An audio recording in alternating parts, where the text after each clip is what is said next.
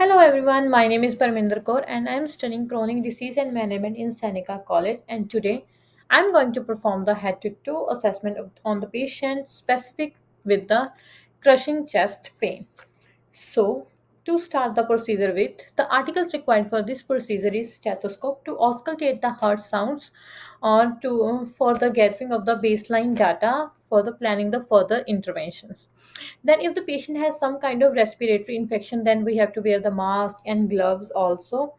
And it's according to the patient. If the patient has some kind of infection which require the assessor to wear the ppe, then we have to wear the full personal protective equipments. Then we also have to require the documentation sheet to document each and every finding of the patient, because it's a legal finding and for the legal proof also. So we have to record each and everything that what are the patient findings is. So to start the procedure is, first of all we have to perform the hand washing, and then we also have to provide the patient full privacy and confidentiality, that the room should be closed, and we have to make the patient comfortable also. So first of all I'm going to disinfect my hands, or we can wash our hands also.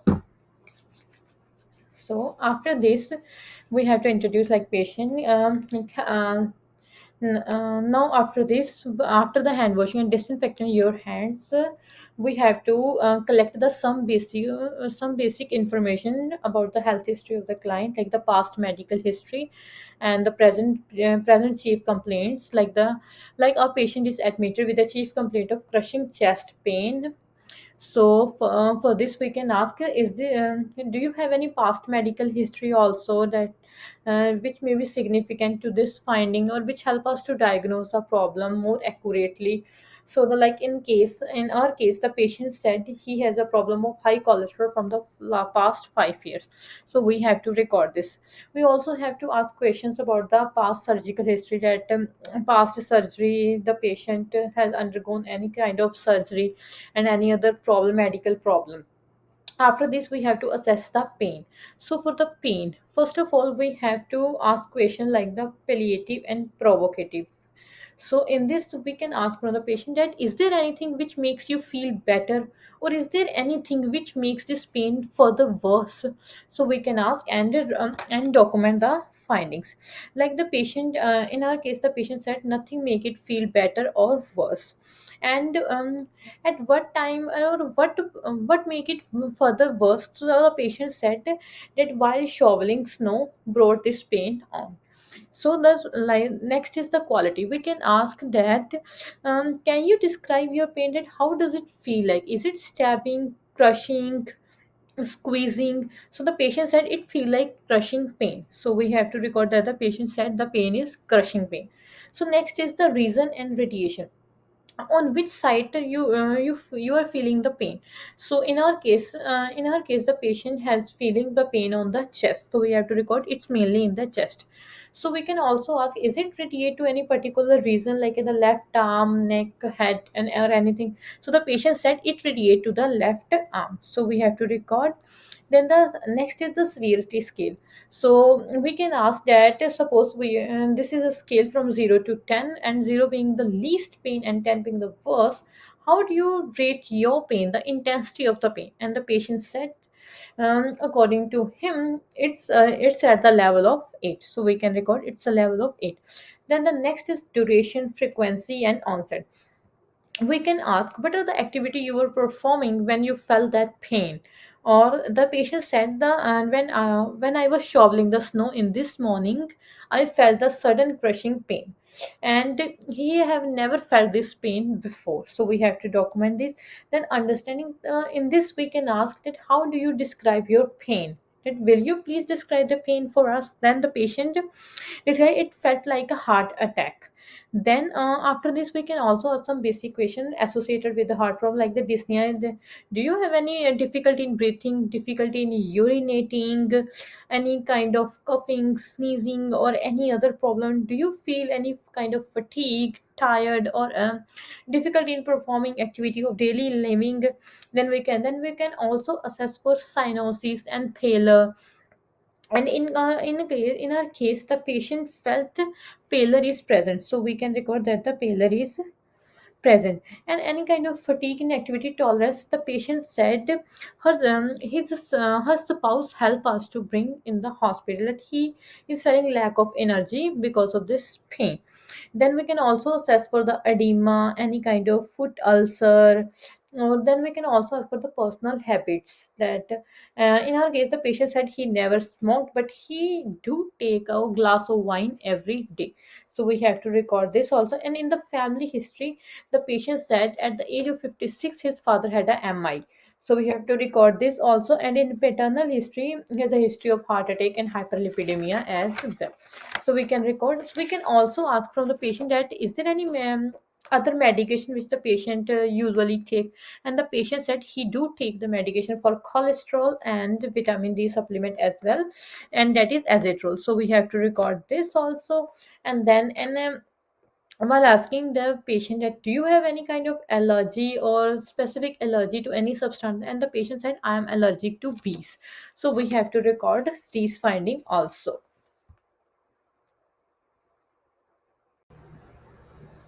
After this, now we have to assess the heart sounds, or we can say the assess the cardiovascular system, because the patient is having chief complaint of chest pain specific to the cardiovascular system. So we are going to assess the heart sounds. For this, we have to record the procedure also, each and every finding of the patient. So now we are going to auscultate the four major sites, that is the aortic, pulmonic, tricuspid, and mitral valve as well. Mitral valve, etc. So first to start with the aortic valve. So like for the location, so in between our two clavicle there is an angle of fluis. So if we can go 45-degree left, 45-degree right to the into the angle of Lewis, there is a second intercostal space, and in which we can listen for the aortic heart sounds. Aortic heart sounds. So then, similarly, if we go from the angle of Lewis to the left of the sternal border, the second intercostal space, then we can listen for the for the pulmonic sounds. Then with the fifth intercostal space, we can as for the tricuspid heart sounds. And then in the mid-clavicular line, the fifth intercostal space, we can basically assess for our mitral valve or the mitral heart sounds. So like in example, we have a patient with a chief complaint of the crushing chest pain, and now we have to auscultate his heart sounds. So first of all, for this we have to wash our hands or disinfectant our hands.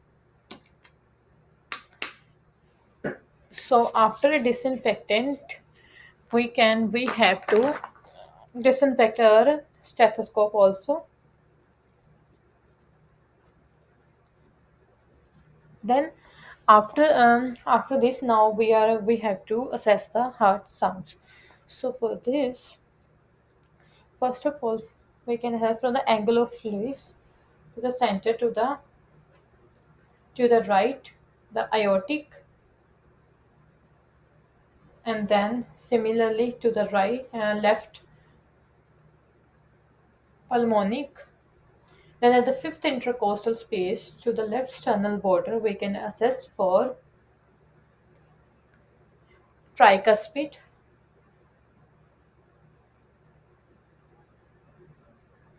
And then at the midclavicular line to the fifth intercostal space, we can assess for the mitral valve heart sounds. So after assessing from the diaphragm, then we can auscultate the heart sounds from the bell side also, the same location, the same four valves.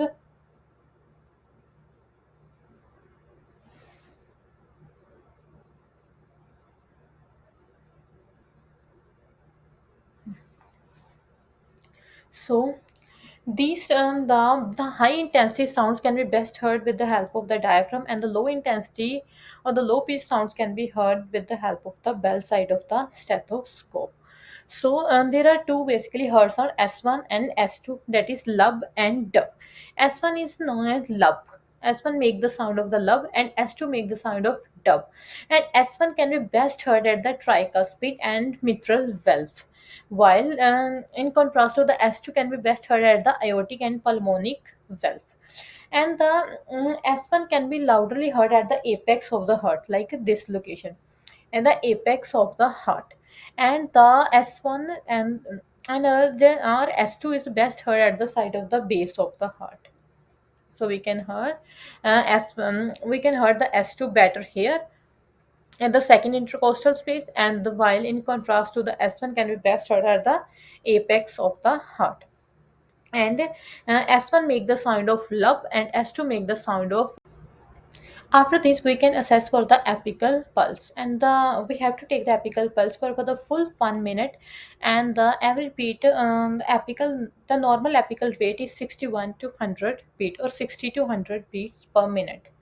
So, and the apical pulse can be best heard at the fifth intercostal space at the mid-clavicular line. We can best heard the apical pulse. So, similarly, at the fifth intercostal and the mid-clavicular line, we can, like this mid-clavicular and at the fifth intercostal space, we can best heard the apical pulse, and it make the lub dub sound. And the lub dub, the two S1 and S2 together make the one beat, and so we have to record it for 1 minute.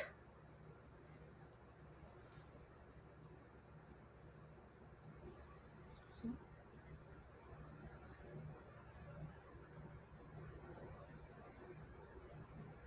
so, so after taking one full minute, so we can document the findings and document the apical pulse which the patient had. Then after this, we have to after the auscultation, then we can palpate the pericardium or precordium region of the patient. So similarly for the auscultation, we can first inspect the patient chest for any kind of ulcer, any kind of scar, or any kind of sternal deviation, or any kind of bulging fluids. We can all inspect, and the cyanosis, pallor, and everything. Then after this, we have to palpate the patient. So similarly, we are going to palpate. First, we can palpate the in between, that is angle of Lewis. We can palpate, and then the second intercostal space to the 45-degree to the right side. We can assess for the aortic aortic sign, any kind of. Then and then to the same from the angle of Lewis to the left side 45 degrees, second intercostal space, we can assess for the pulmonic. Then the fifth of the tricuspid, and then mitral valve, and then any kind of sternal deviation. We can assess for any kind of abnormal fluid, or any kind of bulging. We can all assess and document the findings, on the what are the findings of the patient. Then we can also palpate the apical pulse at the fifth intercostal space, like this. Second, from the angle of Lewis to the second intercostal space, then third, fourth, and fifth at the mid clavicular line. We can pull our hand and record the apical pulse, or the intensity or nature of the apical pulse for full 1 minute. We can record that and palpate this region. And the normal apical pulse is 61 to 100, so we have to record the findings accordingly. So this is the all the examination of the cardiovascular system in the patient, and we have also collect the health history of the patient. So these all data together help us to find the underlying problem behind the crushing chest pain, and it also helps us to find any kind of complication or any kind of factors which can further make the patient feel pain, or arise a complication in future. So all these findings we have to record it. So all these findings we have to properly record it and document it, all the findings. And then and the most important thing, before this procedure, we have to explain the patient also that we are going to perform the head assessment, and we are going to perform the head to toe assessment, and these are the reasons why we are performing, and we have to also ask the patient permission we have also have to take the permission from the client also, that we are going to perform this procedure. That are you comfortable? And at last, thank you very much.